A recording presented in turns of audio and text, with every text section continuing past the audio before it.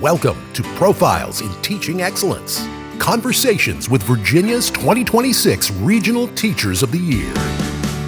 Jeff Brown from Radford High School. Welcome to Profiles in Teaching Excellence. Congratulations on being named one of the finalists for the Teacher of the Year. Oh, thank you so much. I appreciate it. It's a tremendous honor to be recognized as a Teacher of the Year finalist, and the students we have, they make it a joy to come to school every day. So I love what I do, and I'm so happy that Radford City gets recognized. Well, I love Radford partly because of the way it is very compact. I mean, you've got your high school right there in town, and the schools are all very close to each other, and there's just such a continuity in education there. What does it mean to you, and you alluded to a little bit to you, but also to your students in your school, to be recognized as a finalist? Well, for the school, I think it's just the recognition that the school can say, hey, we've got a finalist, and there are so many other teachers in the school that are, I consider, far greater teachers than I am, better. For my students, I don't talk to my students about it. I don't go and say, oh, I'm a teacher over here. And that's how I want it to be. I teach a lot of freshmen right now. I don't think they know, and that's great because I want them to just see me as a teacher, not as something else.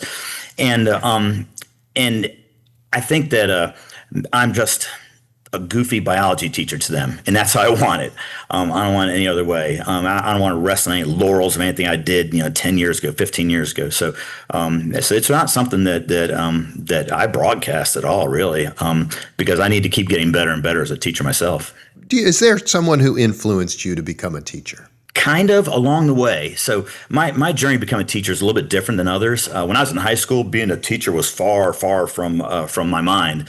And so I got into college, and I majored in wildlife management. It's the closest thing to hunting and fishing that I could find.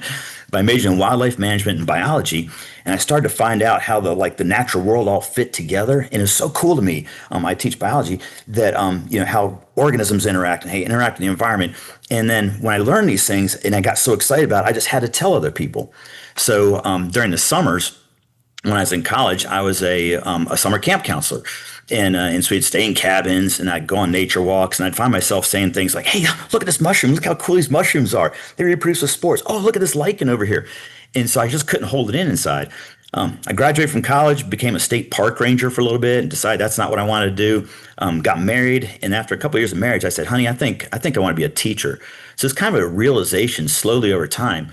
And so I don't think there's one person that inspired me, but it's really just being around young people as a camp counselor, and then also talking to my friends about fishing and outdoors.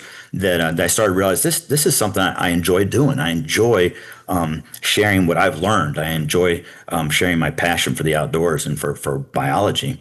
It's so great when teaching kind of gets revealed to you, which is what it sounds like happened to you. That's a great way of putting it. I know you're a humble person, as all are the finalists for this award, but what do you think is your greatest strength as a teacher, or your superpower in the classroom? Superpower. Well, I think that all effective teachers are really just kind of a blend, like an amalgam of things we've learned from other teachers who've gone on before us, teachers that we've been able to tutor under or learn under.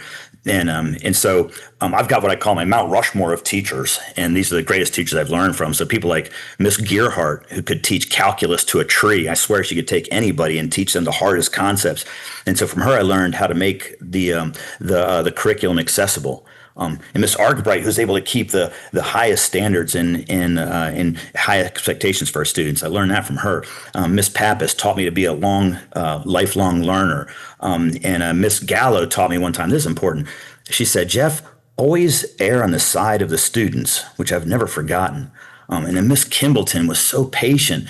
She could take a student who's in crisis mode and talk them down quietly. And then within 3 or 4 minutes, she's teaching them math. And then I teach with a teacher right now, Miss Thompson, who's absolutely amazing. And she's taught me how to make the curriculum feel important to the kids and relate to their lives.